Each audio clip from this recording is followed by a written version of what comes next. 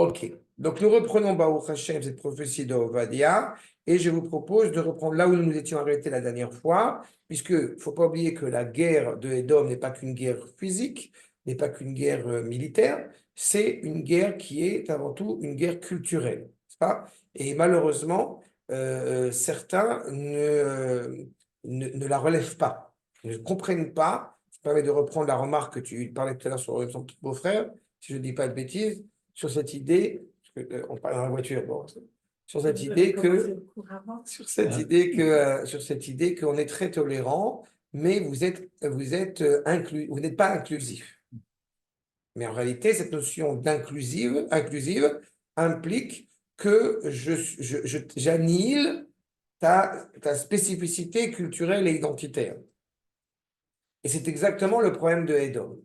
Edom ne peut pas supporter l'idée qu'il puisse y avoir un peuple qui ne se prosterne pas devant l'idéal qu'il propose, ou qu'il impose plutôt.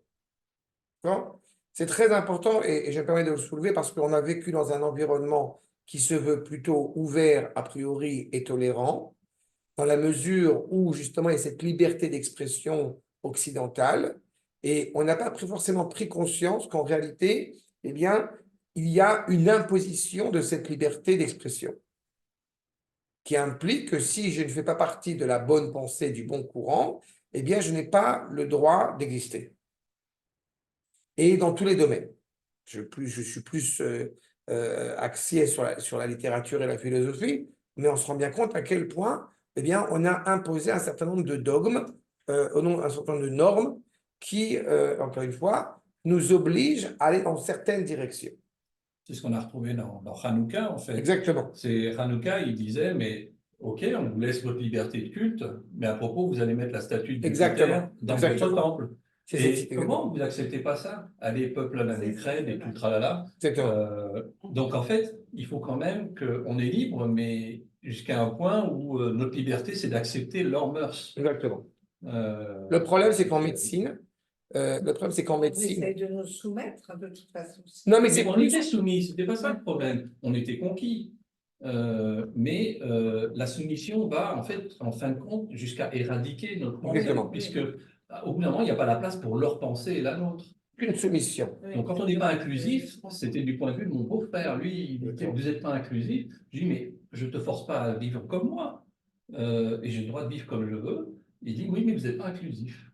Dans cette pseudo-liberté que propose Edom, il y a en réalité eh bien, une volonté prosélyte. Une volonté prosélyte d'imposer, encore une fois, eh bien, un événement culturel. Et malheureusement, étant donné que ce prosélytisme d'Edom eh bien, est loin de la moralité, est loin d'être animé par la moralité, eh bien, automatiquement, c'est un prosélytisme, j'ai envie de dire, dévastateur, destructeur. C'est une idolâtrie qui ne peut pas exister, qui ne peut pas trouver sens. Et les exemples que nous avions cités dans le prophète lui-même, c'est cette idée même qu'au moment où le peuple juif eh bien, souffre, il contribue à cette souffrance. Pas? On entend bien ce qui se dit entre parenthèses en ce moment, et ce n'est pas un leurre, et ce n'est pas un hasard. On entend bien ce qui se dit en ce moment. Il s'est passé quelque chose à Simchat Torah, mais. Le mais veut tout dire. Regardez ce que nous dit pour commencer le Rav Kook, qu'on va reprendre, source numéro 14. Aefker chez la Olam Amaasi. Le monde est un désastre. Le monde est mené à l'abandon. Comment vient-il à ce tel niveau, à ce paroxysme de la catastrophe? Abba mitorait partsut el haolam aruchani belo seder vetikun shel kodesh. Nous sommes en train d'évoquer cette possibilité, encore une fois, de décider de la manière, j'ai envie de dire, la plus abjecte qui soit, ce que je vais considérer comme étant Kodesh. Il n'y a plus d'objectivité du bien, il n'y a plus d'objectivité de ce qui est authentiquement animé par la sainteté. Étant donné qu'il n'y a plus d'ordre, automatiquement, le monde est malade. Si vous essayez de soigner, eh bien, je ne sais pas, une blessure au bras par de la camole, pas, de l'ophtalmine, ça ne réparera pas la blessure sur le bras. Et au contraire, ça peut même amener à quelque chose de pire, Ça peut amener une hémorragie parce que justement, on n'a pas suivi les prescriptions, on n'a pas suivi les indications qui nous ont été indiquées. Et bien, c'est exactement cela. Et surtout désorienté. Oui, mais désorienté, parce que désorienté, c'est faible par rapport à ce que l'on est en train d'évoquer. Parce que désorienté, c'est vrai ce que tu dis, mais j'ai plus loin que ça. Il ne faut pas oublier encore une fois que Auschwitz est la résultante de 2000 ans d'empire occidental. Et le cuisant échec de cet empire occidental. D'accord? On avait souvent, ces derniers cours que nous avons traités d'Ovadia, mis en relief le fait qu'avant de s'interroger si nous sommes aux yeux du palais de justice de La Haye coupables ou innocents, eh bien, il importe d'abord et avant tout de le dire fièrement qui vous octroie le droit de nous juger. Vous n'êtes pas autorisé à nous juger. Et tant qu'en tant qu'État, nous ne sommes pas malheureusement suffisamment confiants à dire cela, tant que cela fait sourire encore quelques-uns à dire cela, eh bien malheureusement, cela nous met en porte-à-faux. Parce que c'est une influence directement motivée par Edom. Regardez la suite. Keshem sheumonea et or hakodesh mi itpashtuto bemerchav ha'avaya. Quelle est la finalité? Quelle est c'est pas la finalité, mais quelle est c'est une situation d'État, quelle est la réalité d'Israël? Toute la luminosité qui l'anime n'a qu'un seul, n'est pas qu'un seul, mais en tous les cas, elle a une implication extraordinaire à l'égard du monde entier. Qu'est-ce qui se passe quand le cœur fonctionne comme il se doit, comme j'ai coutume de l'expliquer? Eh bien, le sang va passer dans tous les autres membres. Mais si on essaye de comprimer le cœur, d'empêcher le cœur d'être ce qu'il est, et de dire on n'a pas besoin du cœur, vous savez que c'est même plus que désorienté. On essaie de porter préjudice au cœur, en réalité, on porte préjudice à tout l'édifice. Et c'est ce que fait malheureusement la culture, en l'occurrence la culture chrétienne. Elle s'est appropriée tous les termes, et on l'a vu avec l'État d'Israël, on l'a vu sous différents aspects, elle s'est appropriée toutes ces notions qui étaient exclusivement présentes en Israël. Mais elles ne sont pas exclusivement présentes en Israël comme si on s'était approprié quelque chose. C'est inhérent à la nature d'Israël. J'ai coutume d'expliquer que quand on essaie d'entendre, de réfléchir un petit peu à la linguistique, à la langue de chaque peuplade, c'est fascinant, par exemple, de savoir que vous avez 15 mots en inuit pour appeler la glace. Ce qui est logique, puisque, encore une fois, il y a des spécificités de glace à laquelle nous ne sommes pas sensibles quand on n'est pas, n'est-ce pas habitants d'Esquimaux, mais il est tout à fait cohérent que, justement, l'essence même de leur vie tourne autour de ce champ lexical, donc ils ont énormément de mots pour parler de la glace. Quand vous regardez la manière dont Israël va parler du Kodesh, va parler de Dieu, il y a des termes qui sont exclusivement réservés à Kadosh Baruch Hu. Je vous l'indique, à Kadosh Baruch Hu. Vous n'avez pas une image, vous n'avez pas une allégorie. Il y a aussi des allégories. Comme j'ai coutume de l'expliquer, le terme de créer, livro, est exclusivement rattaché à Kadosh Baruch Hu. C'est qu'on voit dans la langue hébraïque même, qui est un véhicule culturel évidemment très important, qu'est-ce qui est important pour la civilisation hébraïque. Et vous pouvez faire ça dans toutes les langues. Oui, c'est la langue qui fait. Elle est le moyen, elle est le véhicule qui véhicule un certain nombre d'idées qui sont inhérentes à cette nation. Qu'a fait la chrétienté, en l'occurrence, comme a fait Esav, comme a fait Édom, elle s'est appropriée des termes qu'elle a évidemment défigurés et dénaturés, et elle les a nommés de son propre chef. Ce que nous dit le Rav. Il n'y a plus d'ordre, il n'y a plus de cohérence.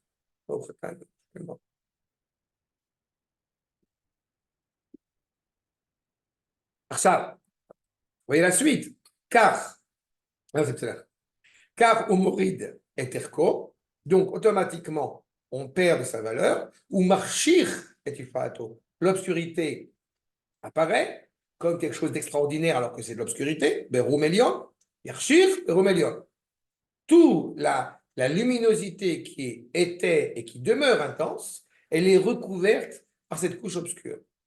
Ça fait encore une fois, ce que veut blesser, c'est ce qui se cache derrière, ce que veut blesser Edom va avoir des implications évidemment sur lui. Et c'est lui qui l'a voulu. C'est lui qui a amené le monde à cette réalité-là.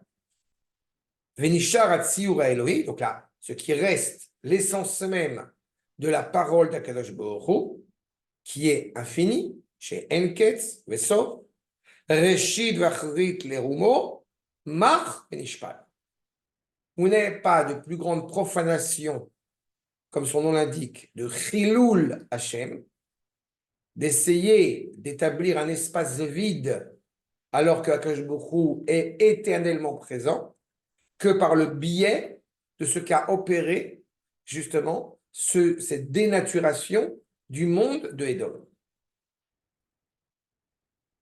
Quand dans une société, eh bien, on a nommé les valeurs qui apparaissaient importantes aux yeux de cette société, eh bien, il n'est pas envisageable de décider, de décréter que d'autres valeurs ne sont pas moins importantes. Si vous avez en mémoire, quand on avait parlé avec le Maharal dans Netzach Israël, puisque un État qui est digne de ce nom, c'est un État où chaque enfant a un ordinateur à la maison. Par conséquent, si nous résidons dans un État où chaque enfant n'a pas l'ordinateur dans sa maison, ce n'est pas un État cohérent, ce n'est pas un État qui a le privilège d'être un État occidental. Puisqu'évidemment, c'est un privilège d'être un État occidental. Alors, je ne suis pas contre l'ordinateur, la preuve, ce n'est pas la question. Mais est-ce que c'est ça qui doit nommer la qualité d'un pays? Il y a plein d'autres valeurs qui doivent être évoquées, qui ne relèvent pas de la matérialité, par exemple. Est-ce que les enfants sont heureux?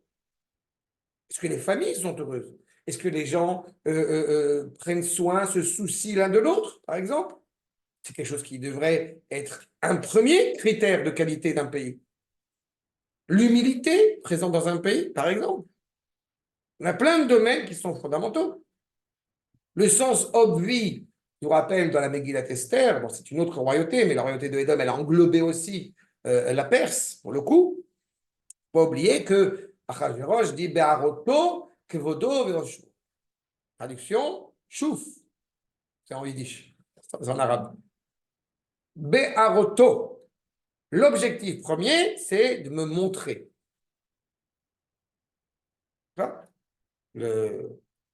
Toutes les cérémonies qu'on peut entendre, quand on peut entendre parler, c'est quand même d'abord et avant tout l'objectif de montrer la grandeur de la France. Pour ne citer qu'elle. Mais on va y en parler après. Oui, en fait, quand ils font des classements, ils prennent des critères sur lesquels ils savent qu'ils sont bons. D'accord. Donc, mais les critères sont des critères qui sont définis, encore une fois, pas forcément selon des valeurs morales. Il n'y a aucun pays dans le monde qui se prétend, encore une fois, au niveau de la moralité où il se trouve, qui devrait être le premier critère de qualité. Mais ils le savent. C'est sûr qu'ils le savent. Ils sont un peu schizophrènes parce qu'en même temps, ils disent qu'ils sont prospères, ils consomment, ils ont 3 voitures par famille et tout. Et en même temps, ils savent que l'environnement ne pourra pas assumer une telle charge. Mais c'est pas grave, ils vont quand même dire que c'est le meilleur pays du monde. Mais c'est ce qu'il nous dit. Ouais. C'est toute la problématique. À cela, face à cela, nous rappelle le Rav Kook. Vous avez la suite, qui est une 3e ligne. Oran shel Israël, Modia shem Hashem, be Meromim ou be Ma'amakim. La présence, encore une fois, de Hashem, la présence d'Akadosh Baruch Hu, la présence de Dieu, à la fois dans les hauteurs et à la fois dans les profondeurs. Je me permets de vous rappeler, quand le Rav Kook parle comme cela, que ça signifie quoi? Il est beaucoup plus simple de parler de la présence de Dieu dans les lieux de culte, par exemple. Mais de dire qu'Akadosh Baruch Hu est présent entre 2 personnes qui se parlent, entre un homme et une femme, entre un homme qui dit à son prochain shalom, c'est déjà plus compliqué. De parler de droiture dans l'économie, dans la culture, dans la politique. Je ne dis pas que l'État d'Israël est arrivé à ça encore, je n'ai pas cette prétention, mais il y a un idéal, il y a une vision vers laquelle, encore une fois, nous tendons. C'est ça qu'il va nous dire. Ben Romim ou Ben Mahamakim. Mevia Romemut Ashkafa, Veitaalut En Sof. Am Israël, cette luminosité présente en Israël, combien son influence a été, est et sera encore pour longtemps extraordinaire à l'égard du monde entier. Elle amène justement cette élévation, elle amène de la hauteur, elle amène de la grandeur infinie.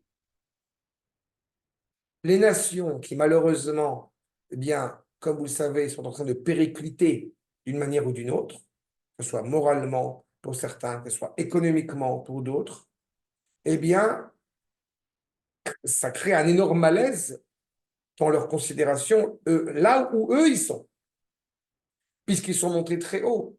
Ils ont atteint l'apogée extraordinaire, chacune des cultures, chacune des nations qui a pu traverser l'histoire, que ce soit l'Espagne, que ce soit l'Italie, que ce soit la France, que ce soit la Russie, que ce soit... Ils ont besoin de ça. Ils ont besoin de ça. Tout à fait. Tout à fait. Mais Israël n'a pas besoin de ça. Israël n'a pas besoin de ça. Non, parce que... Israël ne cherche pas ça. C'est d'ailleurs pour ça qu'on est visé. Bien sûr, c'est le cœur. C'est le cœur. Mais ça nous interroge sur ce que nous avons à faire. D'abord vis-à-vis de nous-mêmes. D'accord? Le fait est, en tous les cas, c'est que vous comprenez qu'à partir du moment où le monde a décidé d'abandonner la valeur même de la morale au profit des intérêts, au profit, encore une fois, des plaisirs, eh bien, automatiquement, c'est pas on a une autre option. Non, le monde va tomber entre leurs mains, c'est-à-dire que le monde n'aura plus le sens qu'il doit avoir par eux. Alors, on pourrait se dire, c'est la tragédie. Non, ce n'est pas la tragédie parce qu'il y a la lumière d'Israël qui, elle, est inaltérable. Cette lumière d'Israël, elle permet de ne pas tomber dans le chaos. Est-ce que ça a un lien avec le Mashiach? Ça en fait partie. Ça en fait partie. Ce n'est pas que ça, mais ça en fait partie. Il est évident qu'une entité politique, c'est ça le Mashiach, une entité politique digne de ce nom est évidemment la réponse. Quand, si on était, comme j'ai coutume de le dire, si on était le Vatican, ça aurait été beaucoup plus facile. Parce que nous ne sommes pas une menace pour le monde. Mais à partir du moment où nous avons la prétention, l'aspiration à être un État, une entité politique qui est animée par la sainteté, donc une vraie entité politique, avec des problématiques qui relèvent d'une situation d'État, une économie, une armée, etc. Là, on est une menace pour le monde. Mais oui, parce qu'à partir du moment où on va voir que l'armée d'Israël ne se comporte pas comme l'armée française, c'est un problème. Donc, on a choisi la solution. Le postulat, c'est que la situation, que l'État est catastrophique. Le postulat, c'est que l'armée n'est pas morale. Le postulat, c'est que dans l'économie, ce sont tous des voleurs. Une fois qu'on a accepté ce postulat, alors on regarde comment Israël se comporte, et j'ai presque envie de dire, on se frotte les mains quand on voit qu'Israël, eh bien, vous voyez, ils ne sont pas différents de nous. Ils ne sont pas mieux. C'est la culture de Édom, la culture chrétienne. La culture chrétienne, je répète, qui part comme principe que le monde est pourri. Vous savez ça. On va le répéter pour que ce soit bien clair. La culture chrétienne dit à titre individuel, mais d'autant plus, d'abord, elle n'a pas de sens au niveau d'un changement, d'une mutation économique, d'une mutation politique, mais la culture chrétienne, je vous rappelle, met en évidence que la faute du premier homme, c'est d'abord d'avoir une intimité avec son épouse. Ça veut dire qu'il y a une faute originelle qui est la suivante, vous êtes né. La faute originelle, c'est d'exister. Oui, parce qu'a priori, il y a fait. Donc, a posteriori, puisque bon, bah voilà, c'est comme ça, c'est une saison de fête, on va essayer de sauver les meubles. On peut faire quoi? pour être épargné après notre mort. Et comment on va être épargné? Eh bien, rattache-toi à un juif mort. Comme ça, tu vas être sauvé. Tout ce que je vous dis, c'est vraiment la chrétienté la plus basique. Les chrétiens, ils ont revendiqué un Mashiach, donc ils ont oui, mais il est mort. un sauveur. Oui, mais il est mort. Il est ressuscité. Mais n'oublie pas que ce Mashiach auquel ils font référence, ce n'est pas. Non, non, c'est très intéressant, c'est très important. N'oublie pas que le Mashiach auquel ils font référence, qui n'est pas d'ailleurs le Mashiach, mais le Mashiach auquel ils font référence n'est pas que Mashiach, il est d'abord le Fils de Dieu. Pourquoi c'est très important ce postulat? Parce qu'il y a une déresponsabilisation de notre comportement. L'homme ne peut pas en soi corriger, réparer, améliorer le sort du monde. Il ne peut pas le faire. Exactement. C'est le Fils de Dieu qui va tout réparer. Toi, tu ne fais rien. Éventuellement, tu peux te sauver. Mais sauver le monde, mais pour qui tu te prends?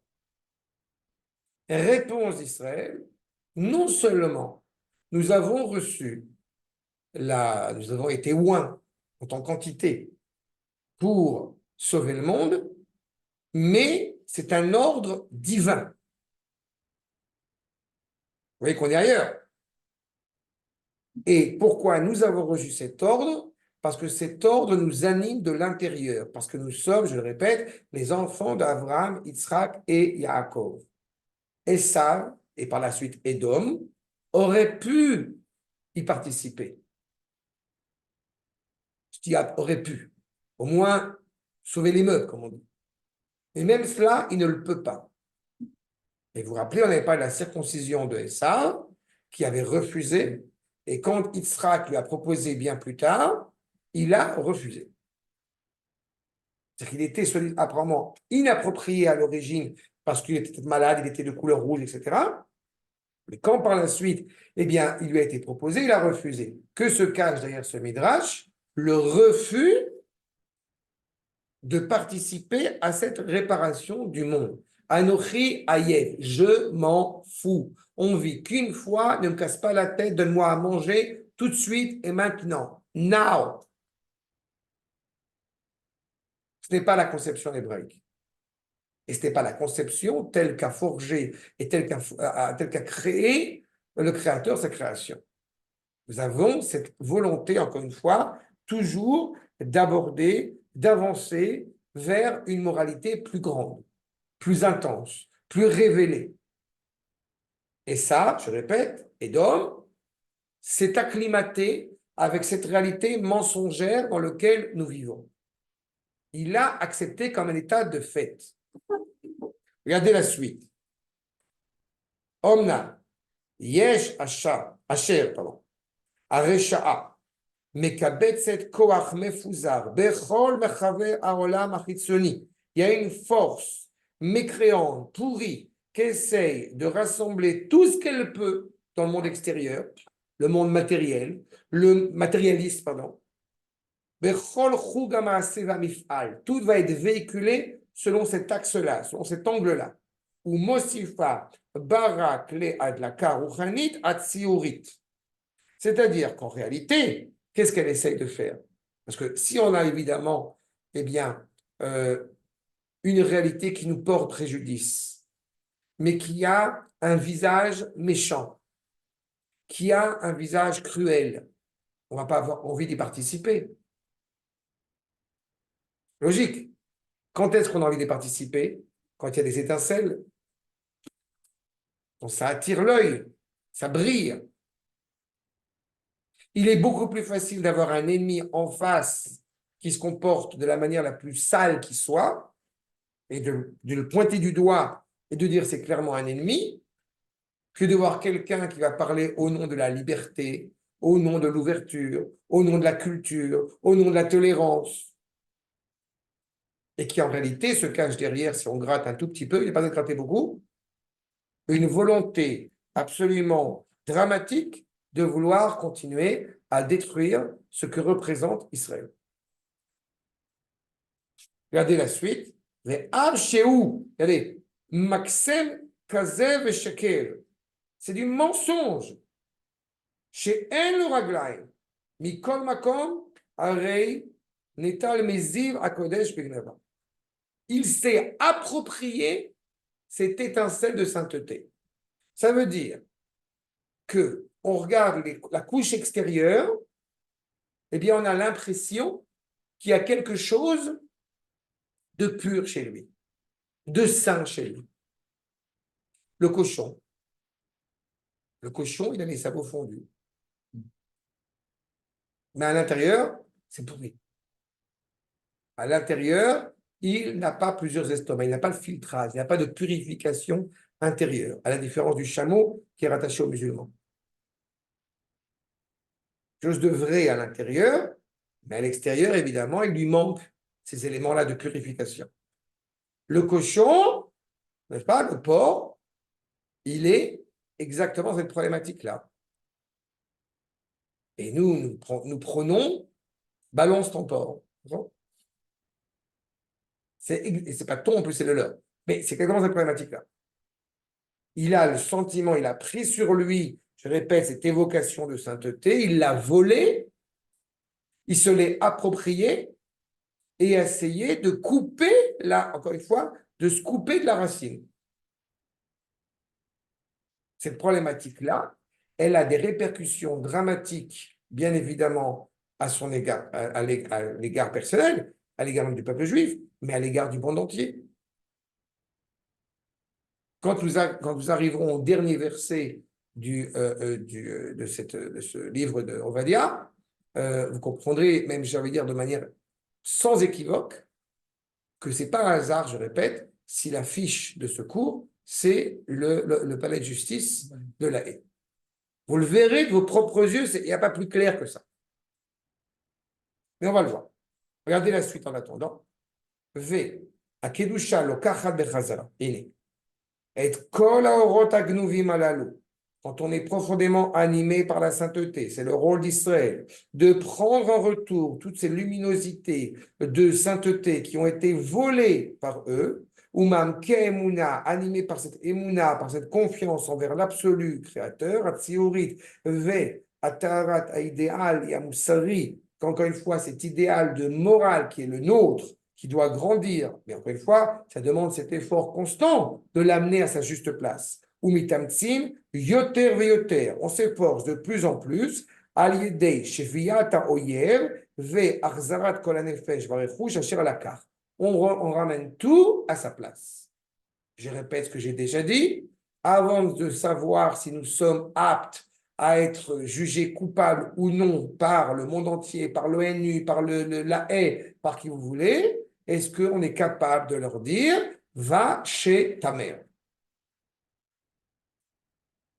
Tu n'es pas autorisé à nous juger. Mais pourquoi? Qui êtes-vous? Nous sommes le peuple de Dieu. Mais vous avez, comme on dit l'expression bien fameuse, vous avez le melon? Non. D'abord, on a beaucoup de melons en Israël, mais ça n'a rien à voir avec notre propos. Vous n'avez pas le melon. Akadosh Baruch Hu lui-même, Bachar Banu Mikola Amim. Dieu lui-même nous a choisis parmi tous les peuples. Comme j'aime à le dire, Dieu n'est pas juif, mais il s'est forgé un peuple. Il s'est créé un peuple pour lui. Amzu, Yatsarti, Li, Telati et Saperu. Je me suis créé un peuple, dit Akadosh Baruch Hu. Mais je pose une question qui va pas vous plaire, mais c'est pas parce que Kadosh Baruch Hu a créé un peuple pour réaliser le projet divin que pour autant, nous, on ne doit pas se poser la question du bien que... On y travaille, on y œuvre. Oui. On y œuvre à cela, à révéler ce bien. Pas juste parce que Kadosh Baruch Hu oui, nous a donné... c'est vrai. On a quand même à réfléchir sur... Non, c'est ça, on passe notre temps à réfléchir, c'est-à-dire on passe notre temps à étudier. Oui, mais ce choix est inconditionnel. Ce choix est inconditionnel. Tu as au sein du peuple juif, comme je le répète souvent, tu as au sein du peuple juif des tzadikim, des bénonim et aussi des rechaïm. On a aussi des gens problématiques dans notre peuple. Mais le fait même qu'ils appartiennent à notre peuple, eh bien, les met sous un autre plan. Quand on monte au Beth Amikdash et qu'il y a des non-juifs qui veulent s'approcher du Beth Amikdash, ils ne peuvent pas s'en approcher plus que le juif le plus impur qui soit. C'est vrai, mais n'empêche qu'on est quand même obligé de réfléchir à... Mais nous avons un problème. Le peuple juif, il a un problème avec ça. L'avdil, alfé, avdalot. Que Dieu préserve, pas faire des mauvaises comparaisons. Les tsars russes n'ont pas, les tsars russes n'ont pas de problème à se reconnaître comme les grands de ce monde. La France, l'Amérique, the American way of life, les pays, les Ariens évidemment, n'ont aucun problème à se juger d'un point de vue supérieur. Nous ne sommes pas comparables aux nations. On n'est pas dans ce cadre-là où je me prends pour je ne suis pas qui. Il n'y a pas de... Et c'est ça malheureusement que certains qui m'insultent sur les réseaux sociaux, sur YouTube, qui me fait beaucoup rire, ne saisissent pas. Non. Mon message ne s'adresse pas à un non-juif pour lui dire « tu ne vaux rien, je suis tout ». C'est pas ça notre message. Notre message, c'est que nous sommes le cœur. Et le problème d'un bon nombre, malheureusement, de nos frères au sein de notre peuple, c'est qu'ils ne le savent pas. Ils ne l'ont pas appris, ils ne l'ont pas intégré, on ne leur a pas enseigné. Ils ne savent pas ce que ça veut dire. Parce que, encore une fois, nous restons au niveau de l'horizontal, alors qu'il faut penser dans la verticale. D'accord? Nous ne sommes pas en tant que personne, c'est-à-dire que nous sommes en tant que clan. Évidemment, mais justement, en tant que peuple. Justement, en tant que peuple. Mais comme je le répète souvent, un corps où il manquerait un bras, une jambe ou des yeux est un corps qui ne va pas bien. Oui, mais dans notre clan, là, il y a quand même, il y a quand même des... on est responsable des autres. Enfin, on est responsable des individus qui sont dans le clan et qui pourraient agir mal. Oui, mais non. Oui, mais non. Oui, mais non. Oui, nous avons une part de responsabilité, dans le sens où nous n'avons pas de garantie. Chacun a une part de non, responsabilité. Regarde. Non, je viens. Ok. Mais je suis précis exprès parce que pour éviter... Oui, nous avons une part de responsabilité, dans le sens où nous devons œuvrer pour améliorer, encore une fois, ce que nous devons faire, ce qui nous incombe de faire dans ce monde, mais nous sommes aussi conscients et convaincus que nous sommes partenaires avec Akadosh Baruch Hu de manière absolue. Ça veut dire qu'on pourrait regarder l'histoire et on pourrait regarder les situations de l'État en se disant c'est la catastrophe, c'est fini, mais ça serait manquer de raisonnement, manquer de discernement, d'oublier un instant qu'il y a Akadosh Baruch Hu qui est un paramètre fondamental dans l'histoire. D'accord? Nous avons notre responsabilité, on fait ce qu'on peut avec ce que nous avons et nous essayons encore une fois de ne pas nous reposer sur nos lauriers, ni à l'échelle individuelle, ni à l'échelle nationale, et j'en ai même à l'échelle mondiale. Une question qui me vient comme ça, qui est un peu... Non, pourquoi Kadosh Baruch Hu, il n'a pas fait en sorte que chaque juif soit sage? Mais ça serait trop facile. Ce serait... Non, non seulement ça serait trop facile, non, c'est pas ça. Ça permettrait quand même d'aller droit au but, non, en fait. Non, parce que ça montrerait liberté. Oui, il ne peut pas y avoir de réparation s'il nous a mis sur des rails. L'idée, c'est qu'on ne peut pas contribuer si on ne peut pas choisir. Non, parce que tu soulèves sur un autre propos, Sylviane. Oui, mais il faut parce que tu arrives chez les robots. Choisir de contribuer. Sylviane, nous ne sommes pas des robots. Si on était des robots, il n'y aurait pas eu de mérite. Il n'y aurait pas eu de place justement pour ce partenariat. On ne peut pas agir comme ça. Tu as la possibilité d'être sage, mais l'homme est peccable. D'accord? Mais je parle du juif. Mais je parle du juif. C'est le juif, je parle. Je parle uniquement du Ham Israël. L'homme est peccable. Ça ne veut pas dire qu'il a fauté. C'est-à-dire qu'il doit être capable de fauter. C'est là on voit son authentique liberté. Dans cette liberté de Édom, pour revenir à notre propos, il a choisi quoi, Édom, comme choix? Exactement. Non seulement de ne pas réparer, mais de détruire. D'aller à contre-courant avec le sens même de la création. C'est presque la même chose. Oui, mais c'est un peu différent. Parce qu'il y a ne pas participer, je me mets de côté, et il y a j'agis contre. Vous comprenez, il y a une nuance quand même de taille. Et cette nuance-là, elle est, encore une fois, essentielle. Au sein de Ham Israël, il est évident qu'il n'y a pas de neutralité. Une neutralité, elle est toujours dévastatrice de toute façon. Mais qu'on comprenne bien que c'est anime, encore une fois, l'essence même de Am Israël, et c'est un effort qui prend du temps, c'est pour ça que le Rav insiste, mitamtsim yoter veyoter. On ramène ce qui était sur le terrain ennemi, on le ramène chez nous. On le ramène encore une fois, tel quelque chose qui avait été enfermé, qui avait été emprisonné, on ramène la substance de cela à la maison. Alors concrètement, par exemple, quelle posture on doit avoir par rapport à l'ONU? Est-ce qu'Israël doit se retirer de l'ONU, puisque c'est une émanation des DOM directs, qui n'est pas légitime dans ce qu'elle fait, de notre point de vue? Ou est-ce qu'on reste dedans, mais on essaie de l'influencer? Comment on approche un peu Dans les faits, concrètement, comme encore une fois, je suis navré de le dire, mais ce qui m'importe, j'aurais aucun problème à ce que le peuple juif, en tant qu'entité, décide de se retirer de l'ONU, mais je ne suis pas certain, pour le moment, que le peuple juif est prêt à cela. C'est ça toute la problématique. Et pas prêt physiquement ou techniquement ou économiquement parlant. Mentalement, nous ne sommes pas prêts à cela. Maintenant, je vais te dire à l'inverse, j'ai coutume de dire que, à mes yeux, l'immeuble de l'ONU n'est pas au bon endroit. L'immeuble de l'ONU devrait être à Jérusalem.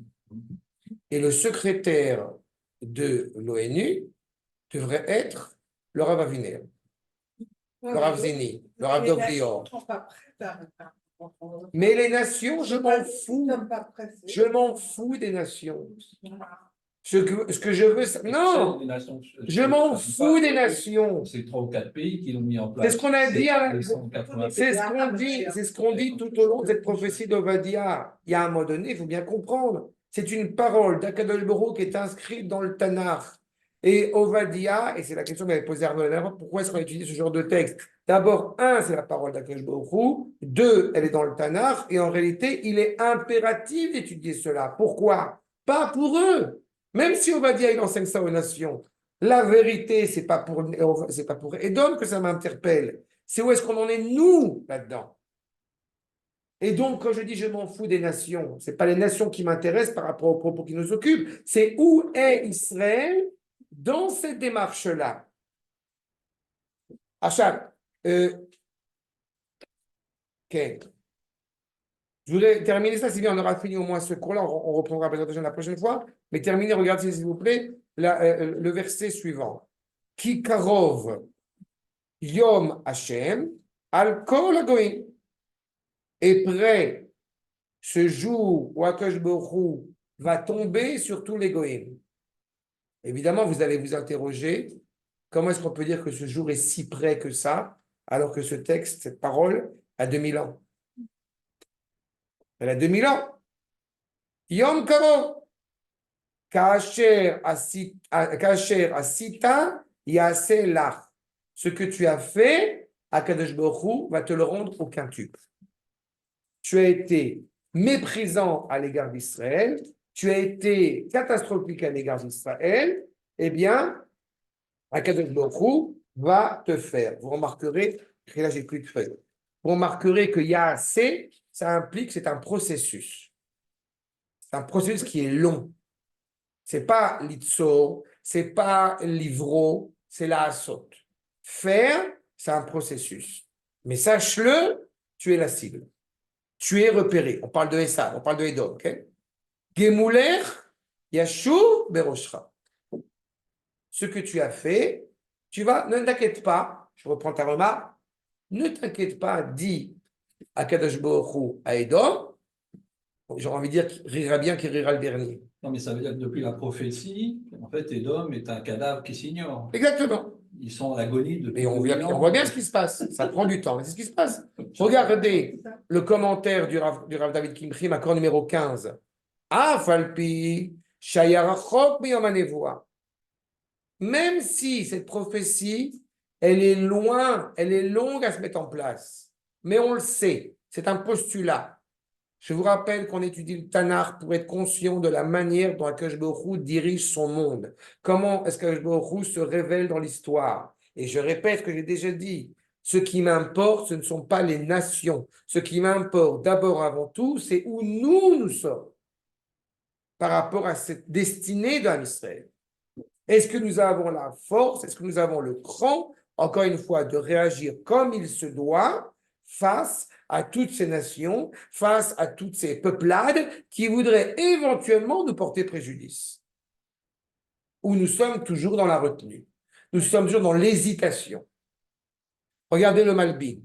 Ayom amiyuad, me'et Hashem al kol hagoyim leshalem al ra'atam u karov. Ce jour où, encore une fois, Akash Baruch Hu, eh bien, va, je traduis littéralement, va leur donner leur treha, n'est-ce pas? C'est à peu près ce qui est écrit. C'est dans Yiddish, dans Yiddish littéraire. Ve'az tekablu tashlumin bekefel. Non seulement il va avoir une treha, mais il va avoir une double treha. Tashlumin bekefel. D'abord pour ce que vous avez fait, d'abord pour tous les méfaits que vous avez commis à l'égard d'Israël, à la Maasim, Shalze Kaasher Asita Yaaselach, vous avez fait du mal à Israël. Vous avez passé votre temps à faire tout en sorte pour porter préjudice à Israël. 2. Kefi Agmul, Shegader Agmul, Oitpaaluyot Aiva Vakina, Shalpiv Asita et Amaase. Et deuxième point, à cause de ce que tu as essayé de penser, de réfléchir, de voter, de juger tout ce qui était en réalité une position qui allait à l'encontre de ce qu'était Israël, de ce que représente Israël. Shalze Mulach Yeshu Beroshra. Ça va te revenir dans ta tête. Comme on dit en yiddish, on the face. À la panim. C'est ça qu'il va nous dire. Regardez pour terminer, s'il vous plaît, le verset suivant. Verset 16. Tetzain. Kaasher shetitem al ar kodeshi. C'est quoi shetitem? Ils ont bu. Qu'est-ce qu'ils ont bu? Ishtu kol hagoyim. Tamid shatu vela'u vayu kelo ayu. Ce que vous avez bu, ce que Israël, le verre qu'ils ont bu, le verre de la souffrance, le vin de la souffrance, eh bien, eux aussi ils vont boire. Toutes les nations ils vont boire. Toutes celles qui ont participé de près ou de loin à porter préjudice à Israël, eh bien, ils vont aussi boire la tasse. Qu'est-ce qu'on va dire à ce moment-là? Je vous rappelle, Kos Eshuot Esa. Kos Gematria Elohim. On va lever le verre et eux, ils vont tomber. C'est ça. Ils vont tellement boire que c'est comme s'ils n'existaient plus. Ils n'ont plus de sens. Regardez Macron numéro 17. Kaasher Shatiten, El Moul Yehuda, face à Yehuda, face à la royauté de Yehuda, d'Israël. Que Moshatem Shatitem al Arkochi Mikos Adrala. Arkochi, c'est-à-dire en Eretz Israël, c'est Jérusalem. Cette souffrance dont nous avons malheureusement, ces blessures dont nous avons malheureusement été infligées sur la montagne de la sainteté d'Akadosh Baruch Hu, en Eretz Israël, Ken Abavliim. De la même manière, les Babyloniens qui ont porté préjudice à Israël, eh bien, ils vont boire le verre, ils vont boire la tasse, on veut dire. Ce que vous nous avez fait, on va faire. J'ai coutume d'expliquer que quand un juif, on lui fait la toilette, par les reines après 120 ans, eh bien, quand un juif est, je vous rappelle, assassiné, on l'enterre avec les vêtements. C'est pourquoi on l'enterre avec les vêtements ensanglantés? Pour que Akash Baruch Hu puisse se faire une robe de chambre. Et pourquoi c'est important qu'Akash Baruch Hu se fasse une robe de chambre? Parce que Akash Baruch Hu, il a des inclinaisons marocaines. Ça veut dire qu'on est en train de malaxer la colère d'Akadosh Baruch Hu. Nous dit le Midrash que viendra le jour où les Goïms vont dire nous, on a toujours été très bien avec Israël. Et Akadosh Baruch Hu va dire ah bon, c'est quoi ce sang-là? Et celui-là? Et celui-là? C'est la mémoire. On entretient la colère d'Akadosh Baruch Hu. La moutarde est en train de monter au nez d'Akadosh Baruch Hu.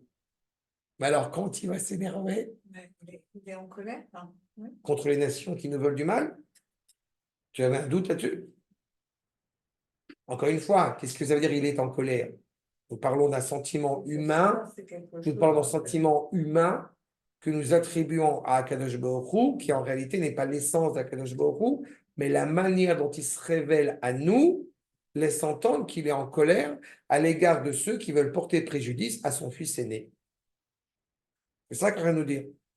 Ce que vous avez bu, ils vont boire. Parfois, il est en colère après les Juifs.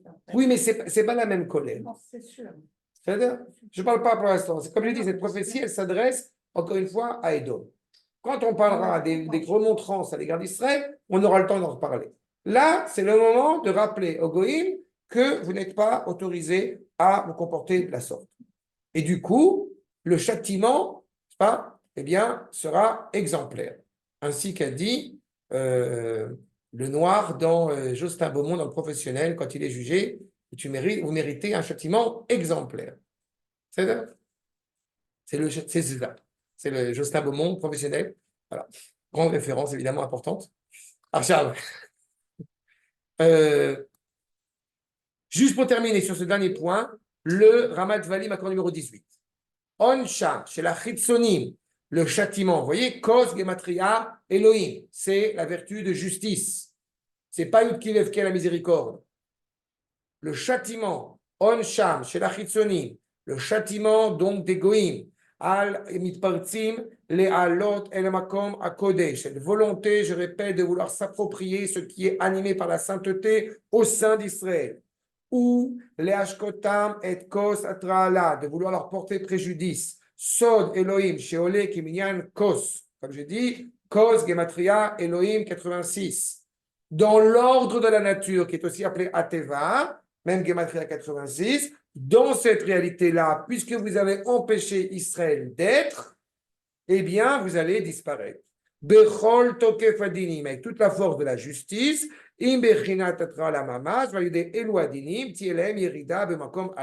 au lieu même de pouvoir continuer à monter, eh bien, vous allez descendre. Toutes ces contrées qui, je répète, veulent porter préjudice à Israël par des actes, par des mots, par des paroles, eh bien, Akadosh Baruch Hu a déjà annoncé, voici 2000 ans, que non seulement elles ne vont pas s'élever, mais elles vont tomber. Et je vous répète, on verra dans le dernier cours que nous ferons la semaine prochaine sur Ovadia, dans les mots, dans les versets eux-mêmes, qu'il n'y ait même pas de malentendu, de quelle nation s'agit-il? Parce que là aussi, c'est clair. D'accord? Et des questions? Yo. Merci.